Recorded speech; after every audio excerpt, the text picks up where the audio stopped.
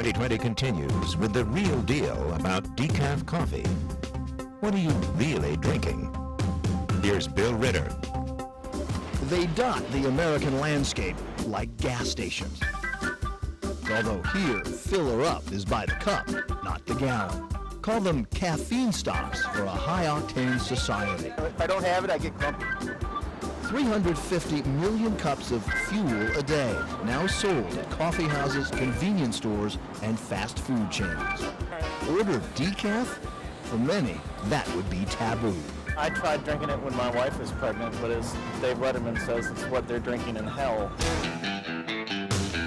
But not everyone likes their coffee full throttle and fully leaded. Excuse me, this is decaf, right? Decaffeinated coffee is now more popular than ever. When people go in to a restaurant or a coffee bar and they ask for decaf, there's usually a reason. Dr. Keith Ayub of the Albert Einstein College of Medicine in New York is an expert on the health effects of caffeine. A lot of people don't seem to have a problem with caffeine. However, a lot of people do. Now, there are all sorts of conflicting medical studies out there about the effects of caffeine, but some doctors do tell their patients they shouldn't drink it. Some coffee lovers don't think caffeine is healthy, and others just don't like the buzz from caffeine. Are you sure this is decaf? Where's the orange indicator? It's missing. Decaf left, regular right. It's very challenging work. Can you relax? It's a cup of coffee. Claire's a professional waitress. Trust me, George, no one has any interest in seeing you on caffeine. It may be funny on a sitcom like Seinfeld, but it's not so funny in real life. How do you know that when you order a cup of decaf, you're really getting a cup of decaf? Small decaf black, please. I have a small black decaf. One decaf, please. So we decided to do our own little test, and it turns out you don't always really know. Decaf, right? Thank We you. hit the road with our producer ordering decaf coffee at the biggest coffee bar chain in the world, Starbucks, at outlets in the country's 3 biggest cities, New York, Los Angeles, and Chicago. And she kept ordering at other coffee house chains like Caribou, the nation's 2nd largest, and Coffee Bean and Tea Leaf, another big one.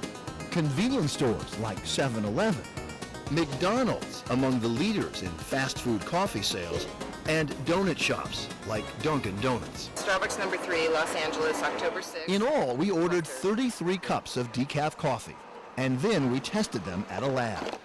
Sanapure Food Laboratories in Saddlebrook, New Jersey, where the caffeine was separated, extracted, and carefully measured. The results were surprising, and they will shock people who think they're drinking decaf. Don't they have like any kind of control or anything? There are federal guidelines that define what decaf coffee is, although there's no real enforcement of the guidelines. We should see caffeine levels in the brewed decaffeinated coffee somewhere between 1 and 5 milligrams per 5-ounce cup. And that's the rule, no more than 5 milligrams in 5 ounces. Now compare that to caffeinated coffee, which, depending on the blend and brewing method, can have anywhere from 50 to 125 milligrams of caffeine. Keep those numbers in mind as we show you our results. Now, one of the most surprising was the supposedly decaf coffee we bought at Starbucks. At this one in New York, we bought decaf 3 times in the same day, and one of the samples had a whopping 87.33 milligrams of caffeine. That's the real stuff. 87.3 milligrams of caffeine is indicative of a brewed coffee. That is not decaffeinated coffee. We did the same thing at a Starbucks on Hollywood Boulevard in Los Angeles, buying decaf at 3 different times of the day. Again, we tested all 3, and again, one of them came back with 95.39 milligrams of caffeine. That, according to the scientists at Sanapure, is more caffeine than you get in an espresso.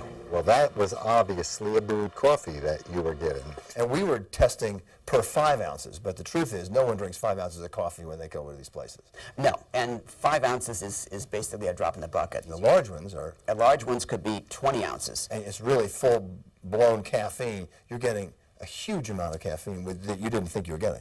You could be getting the equivalent of, say, 3 to 4 tablets of no-dose. But it wasn't just at Starbucks where we found high levels of caffeine when we ordered decaf.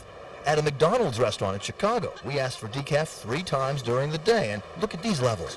The cup we ordered in the morning came back with 59.3 milligrams of caffeine.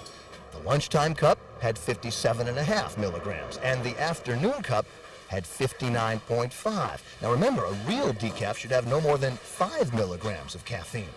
And look at this. Each time the decaf was poured from a large urn that says decaf right on it.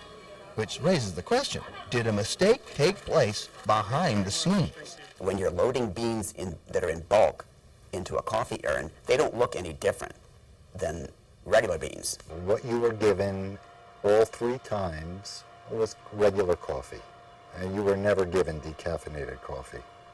And not all the decaf we bought at McDonald's had high caffeine levels. At this one in Los Angeles, all 3 samples we tested were within the federal guidelines for decaf. Also within the guidelines were coffee we bought at Caribou, Coffee Bean and Tea Leaf, Dunkin' Donuts, and 7-Eleven. But we also tested the decafs at Krispy Kreme in 2 cities, New York and Chicago. In New York, they even asked us to wait while they brewed a fresh pot of decaf. But despite that, every single cup of Krispy Kreme decaf coffee we ordered in Chicago and New York, 6 in total, was above the federal guidelines for decaf.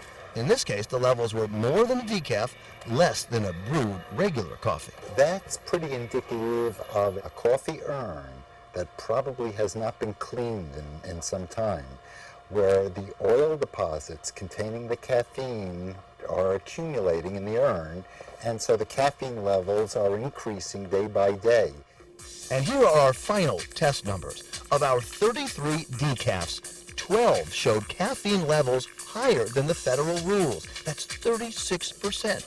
And in 5 of those orders, there was as much caffeine as a full-blown cup of joe. How in the world can this happen? Well, as we've seen, human error is the most likely explanation. For example, at one Starbucks, after ordering that decaf, we saw the worker actually fill the cup with caffeinated coffee. Only at the end did he top it off with decaf. We asked the companies to respond to what we found, and they did. Starbucks was not pleased with what we discovered, calling these errors isolated and unfortunate, but that they take seriously our findings. McDonald's also called their 3 high readings an unfortunate isolated incident. And Krispy Kreme told us that while they have strong internal standards for decaffeinated brews, they are monitoring the procedures in Krispy Kreme stores. The bottom line here, getting caffeine when you order a decaf may not be the most egregious thing that can happen, but it is a question of getting what you pay for. And for some people, it can have consequences. Suppose a pharmacist made that error. Would you be upset about it? Yes, you would.